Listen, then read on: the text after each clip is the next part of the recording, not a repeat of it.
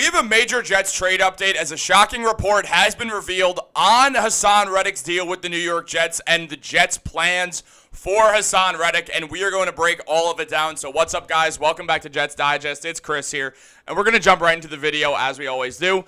Because, as we all know, this Hassan Reddick stuff has just been insane, but we have more details on the Hassan Reddick case as NFL insider, Jets insider, Connor Hughes of SNY broke down the whole situation and all that has recently come out about it and has really given a very good insight into what is going to happen with this Hassan Reddick stuff, talking about just the future of Reddick with the Jets, if sides are going to budge, what is going to happen, and let's honestly just jump right into it, guys.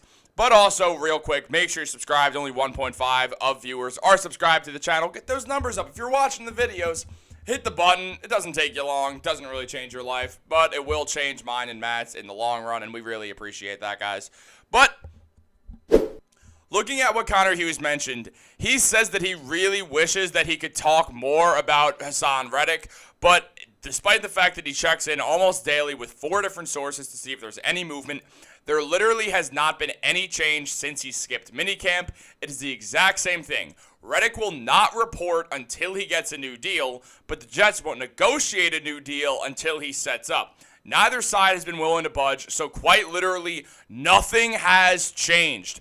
The fact is the Jets are now in this situation where we're about to play week 2 against the Tennessee Titans. Because I will be suiting up. I played defensive end for a year in college, played around 7 snaps on the field when we'd be up 40 points. So I'm ready to be an edge rusher, essentially. I did get a sack at one point, or we'll have a sack. But it's all right. Essentially, the deal is here, the Jets are about to play in week 2. Hassan Reddick has no plans of showing up. I don't understand why, because Hassan Reddick needs to play 6 games to accrue his contract so he can become a free agent this summer, or this winter, or this spring. Sorry, I'm getting baseball and basketball all mixed up in my head. I also do Yankees and Knicks Digest. But looking at this, it just makes no sense. It doesn't make sense from Hassan Reddick's point of view. I don't see where he thinks he has leverage on this. I understand the Jets don't have a ton of leverage either, especially after the game against the 49ers where they only got 3 sacks, one of them by Tony Adams, the free safety. So obviously, yeah, the Jets do need help in the pass rush. That's been something that's been well known, especially after losing their best pass rusher in Bryce Huff to the Philadelphia Eagles. The Eagles then gave the Jets Hassan Reddick for that conditional pick. And at this point, it seems like there's just no movement on either side of things. The Jets and Hassan Reddick are both choking this like I'm choking right now. Because I swallowed wrong, but we're good. We're just going to move on. I'm just going to look crazy. So we're going to make my screen a little smaller. As mentioned by these tweets, like Jim Malsano right here, Hassan Reddick is in an absurd situation with the Jets, and as an attorney, he thinks it's a mistake by both sides to be in such a hard line of positions if the Jets are not going to negotiate till he gets there, and Hassan Reddick's not going to show up till he gets a new deal, basically forcing an impasse. And essentially, he blames Joe Douglas for this, and I think that's really weird for anyone to blame Joe Douglas on this situation. Because if you look at where we are with trades and stuff, the Jets would be getting absolutely nothing in return for Hassan Reddick. You could also just keep Hassan Reddick next year if he doesn't accrue that contract. So why would you make a trade where you just lose so much value, where you trade a potential 2nd or 3rd round pick for some tight end who you can hardly play and a 4th round draft pick? I don't understand the point of this. I don't understand why the Jets would trade Hassan Reddick when obviously they're going to get nothing close to the value they gave for him. I kind of see it as the Jets should keep him. The only way you should move Hassan Reddick is if you decide that you can find another pass rusher using Hassan Reddick. That is the only world in which you trade him. The Jets do have power over Hassan Reddick. The one thing Reddick has over them is that the Jets do need more pass rushing. That is his one chip to play. Outside of that, he doesn't have much leverage, unlike the fact that people think he does. So people blaming Joe Douglas doesn't exactly make sense. It's like I'm walking down a flight of stairs that are kind of slippery, and someone's like, hey, Chris, those stairs are slippery, and then shoves me down the flight of stairs.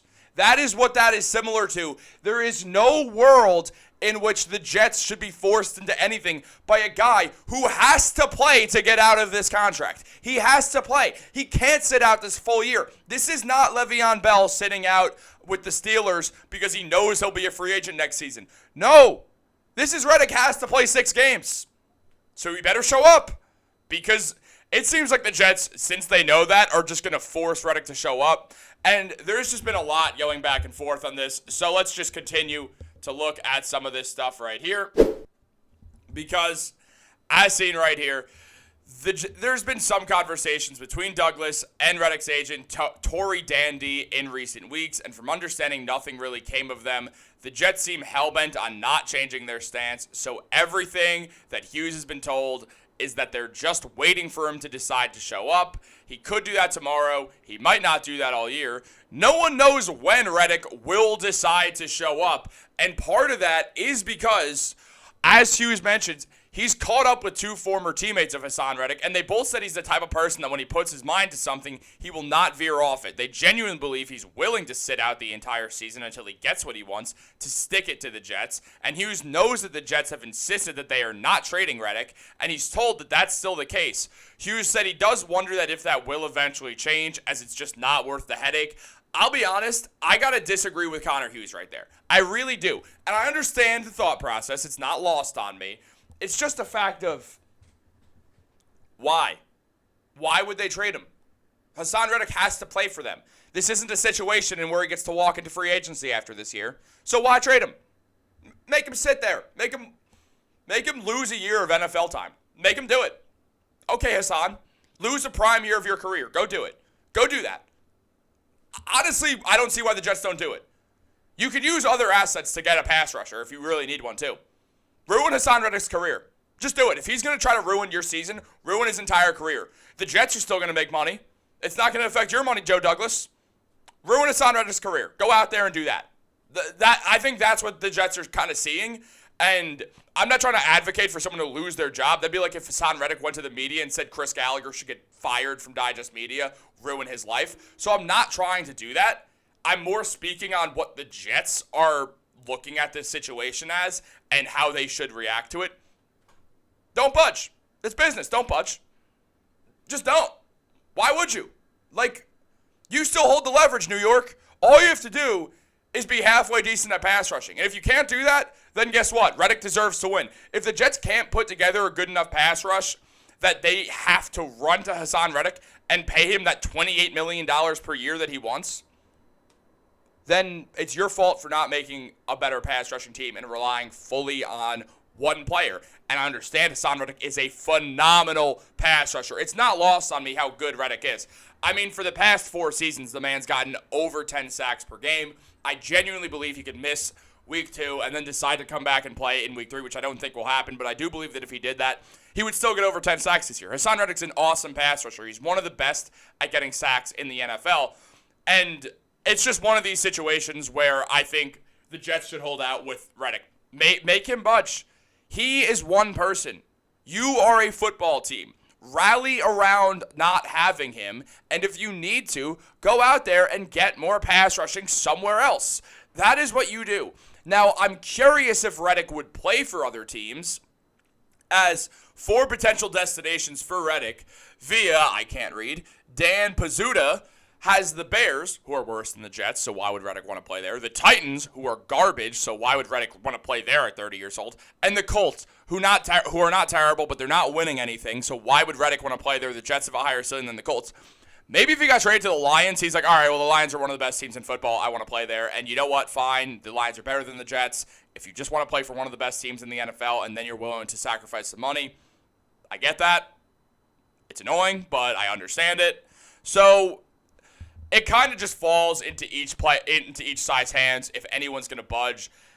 It sounds like Reddick has no plans of budging, but I just don't see how this works out for him because he's not going to become a free agent if he doesn't play 6 games this year. So I feel like the Jets overall have more leverage. I think it's very clear the Jets have more leverage. Let's see if the Jets do decide that, hey, we have Aaron Rodgers. He's geriatric.